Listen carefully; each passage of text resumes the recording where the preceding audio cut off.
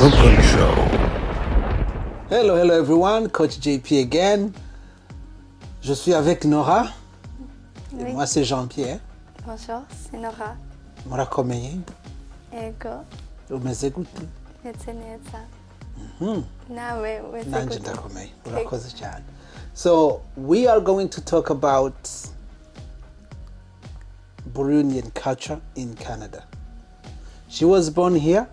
There is a lot of things we do and she doesn't understand. Sometimes you feel like, what is I this? don't feel like I have the typical Burundian parents. How? I was born in Burundi. I know, but I feel like you're very open-minded, forward-thinking. Not to say Burundians aren't, but I don't think that.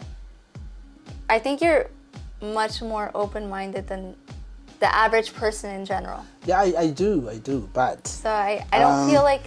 somehow, I don't feel. il y a des choses I don't qu'on know. fait et tu dis, hey, Because when I hear others getting beat or saying, oh, you have to be a doctor, lawyer, engineer, I never felt those restrictions or you have to do this you or will do become that. what you want to be.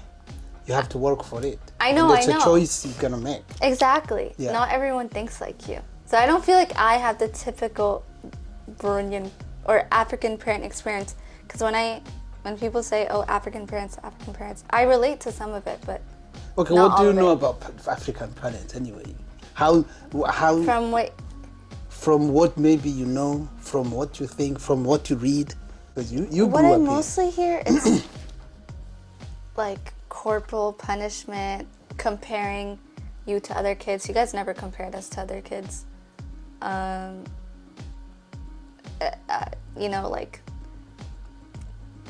Wanting us to be interested in a certain thing. You guys never really forced us to be interested in here. something you want us to be in.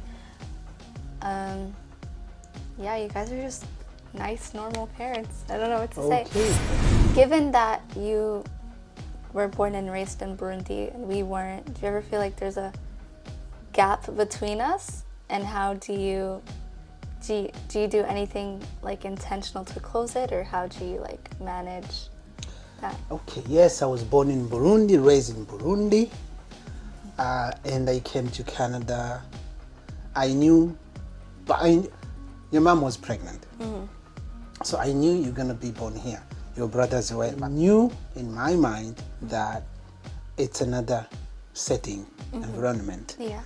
I will have to first teach myself Yeah. how to live here, how things are done here. Then, by doing that, Yeah. I will have my values from Burundi and the values that I've learned from here, combine them and Yeah. give it to you. Yeah. Honestly, I will emphasize this enough. It's hard. You give up your friends Yeah. because I need to be with you Yeah. and then try to do what I'm supposed to do as a dad. Because back home, parents, special dads, they're not in the house. Yeah. They come from work, they go to a bar, maybe they will be talking about politics, business, anything. So raising kids is for moms. Yeah. So here, it's Yeah. both. If I had to continue going to mingle with my friends, that means you would be missing things from me. Yeah.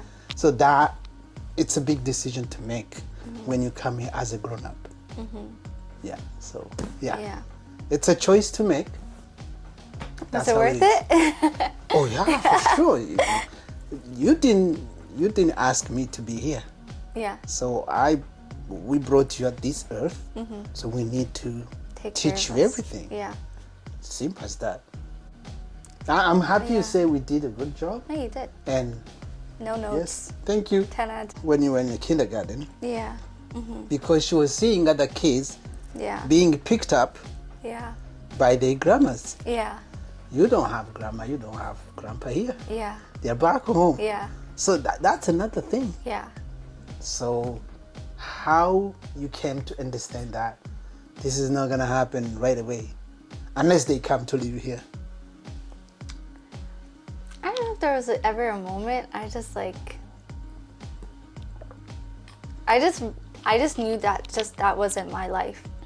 So it's just, it's just not my. And also, I did have like grandmotherly figures, like Nunu and. Oh yeah. So I don't feel like I lost that much. It's not easy, but I think many people, they try their best. Yeah. But some people also, it can be tough for them. It can be tough. Yeah, you just have to learn to adjust and learn to not only stay with like your community, because I know like I don't know if like Burundians are like this, you tell me, but like some people are just like so rigid, they want to stay like amongst their people. But you have to learn from everybody. You're not gonna like grow that much if you just stay within your own community, but it's important to find like because I think there's a certain peace with being with people who are like you, who grew up with you. So I think that's so important, but also like to branch out into like, because I think that's when people stay isolated within themselves, it could cause like issues like of not adapting and like. You ever thought to speak fluently Kirundi? I really wish I did. I think my Kirundi is not too bad when I try. I know, it's good. It's actually good. Yeah. How do you feel when people laugh? I don't like it because they should encourage you. I just accept it because I can laugh at them speaking English, but I don't. So hopefully one day, like Kirundi, I could get better. No, you will get it, but you read. You can read. Yeah, I can read. I listen to music. Yeah. Sometimes I talk to ChatGPT in Kirundi. I translate things, see how like things are said.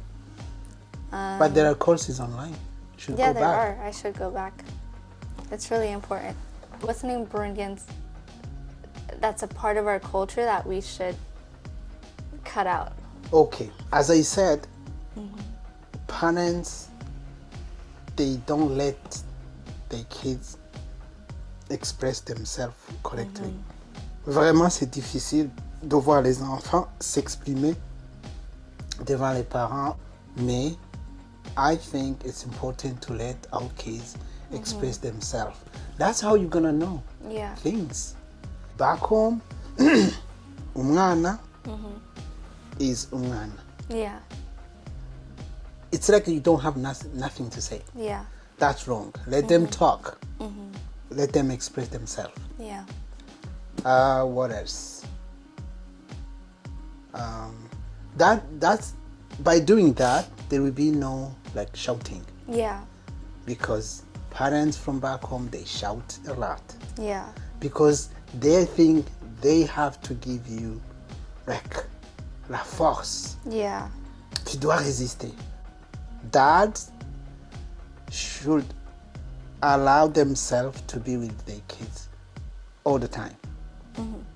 I don't think that's controversial. I think that's good. That's what I'm saying. I'm not judging.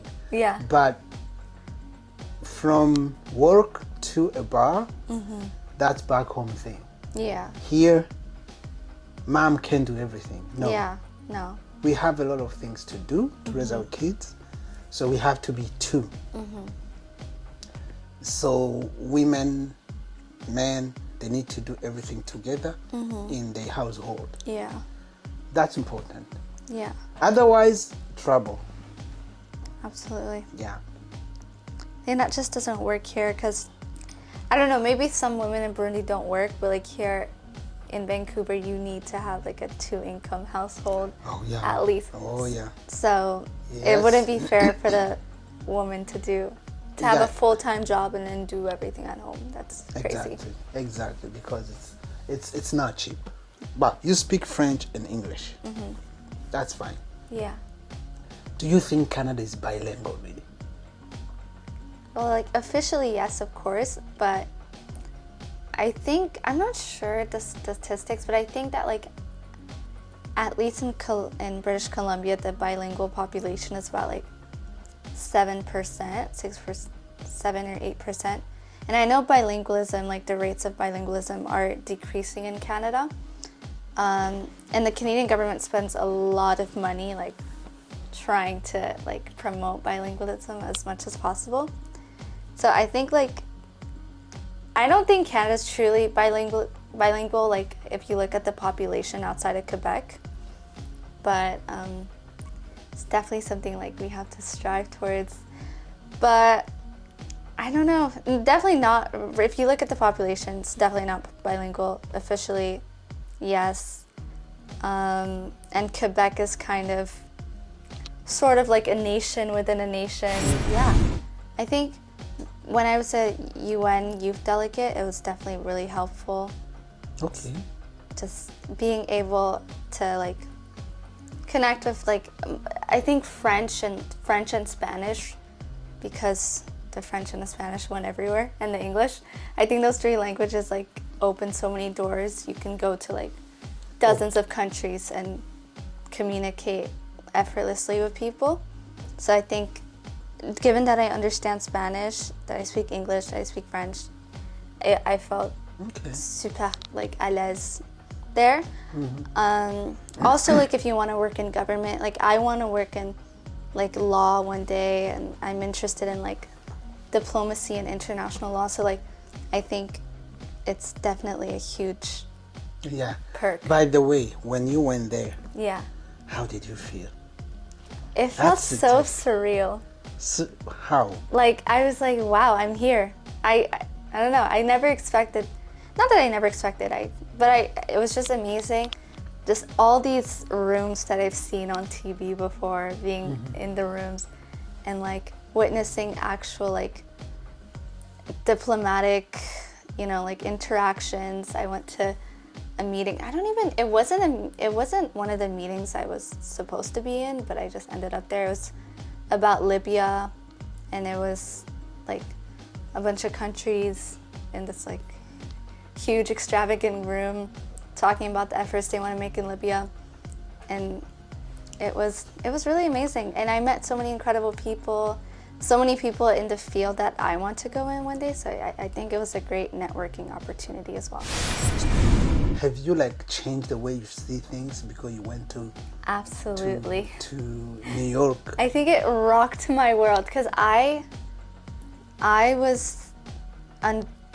went there thinking that like I want to go to medical school and stuff like that, and though I love like healthcare in that field, I think the things I'm most interested is like the world and how people work and like politics, but for some reason I delegitimized that part of myself, and like going there it really awakened that like that spirit I've always had of like loving to talk about like politics in the world. And it was also really encouraging to see all the work that's being done across the world relating to like Black issues and reparations, reparatory justice, and all the civil societies and countries making commitments to make that happen one day. I think like it's easy to get really cynical and like pessimistic, but seeing all those people that are working so hard in one room, it was really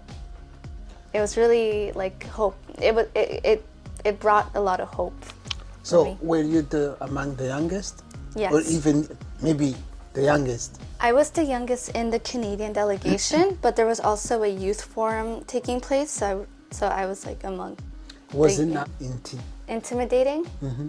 Wasn't? I don't know. I feel like the way you guys raised me, I never even learned to be intimidated. I feel like you guys always like uplifted us so much that not that I don't ever feel intimidated. I definitely felt humbled and like grateful to be there, but I never felt intimidated or felt like I didn't deserve to be there. Yeah, hopefully you're gonna go back as decision maker. Amen. It's gonna happen. Cool. Yeah, thank you so much for watching. I don't know if you have anything to say. Otherwise, murakoze. Murakoze cyane. Jorogiza or whatever, but for us, Jorogiza. Thanks so much. Yeah.